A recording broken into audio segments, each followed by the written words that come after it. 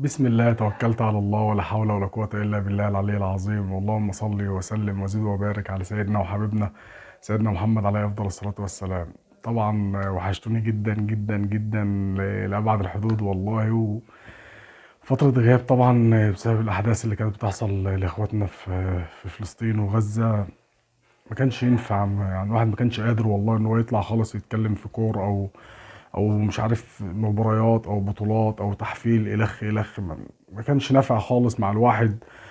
كان وارد ممكن في ناس تطلع وان هي تتكلم وتدعي برضو لاخواتنا في غزة، وهم طبعا مشكورين، بس هم قدروا ان هم يعملوا ده. انا والله ما قدرتش خالص باي شكل من الاشكال. بس نقول الحمد لله مع الهدنة. وفترة كانت صعبة جدا على اخواتنا طبعا في غزة. ربنا معاهم ان شاء الله، ودايما ان شاء الله ربنا يفضل معاهم وينصرهم ويثبتهم وده كان في مشكله كده حاصله معايا قريب، فبكلم حد عزيز على قلبي يعني، وبنتكلم في المشكله بتاعتي، فقال لي يا عم احمد ربنا، هو انت احسن ولا اخواتنا اللي في غزه؟ فانا بصراحه يعني رديت عليه رده تلقائيه، قلت له لا، اخواتنا اللي في غزه احسن. فاستغرب، فقال لي ازاي يا عم، انت قاعد في امان وكده، وهم طبعا الحرب والاباده اللي كانت بتحصل عندهم والمواقف اللي بتحصل عندهم. فقلت له لا، هم احسن، هم احسن مننا، عشان ربنا ابتلاهم واصطفاهم. ربنا اصطفاهم عشان يبتليهم ابتلاء كبير زي ده، واثبتوا ان هم رجاله، واثبتوا ان هم شجعان، واثبتوا ان هم جدعان، واثبتوا ان هم كل حاجه حلوه. فهم احسن مننا، انتوا احسن مننا والله العظيم. انتوا ربنا اصطفاكم عشان يختبركم ويبتليكم، وعلى قد الابتلاء على قد ان شاء الله المكافاه من ربنا باذن واحد احد، سواء دنيا او اخره باذن واحد احد. فربنا يثبتكم وربنا ينصركم دايما، ويا رب دايما معاكم، وان شاء الله دايما في احسن حال.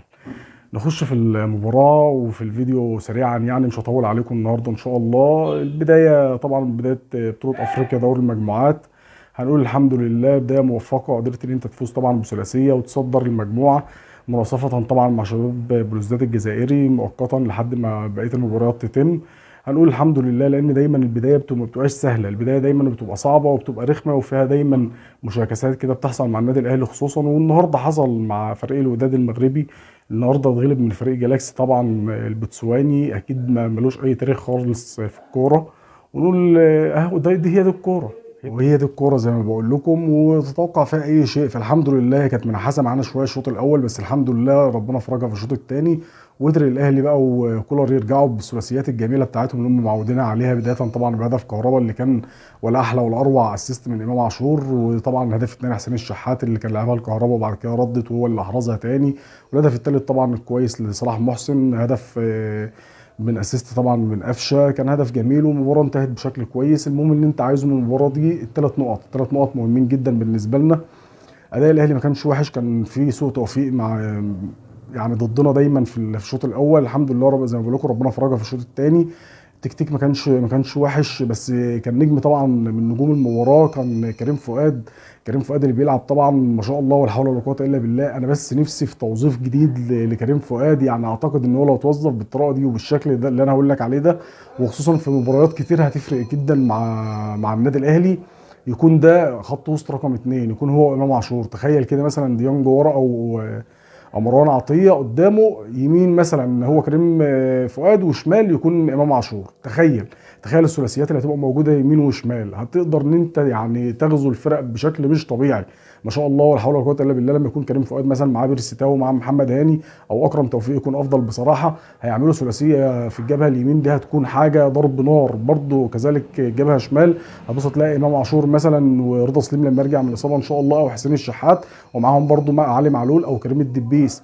ثلاثيه هنا ثلاثيه هنا، هتبص تلاقي المنظر بسم الله ما شاء الله الاهلي هيكون حاجه تانية خالص. بس اتمنى ان حاجه زي كده تحصل في الوقت الجاي.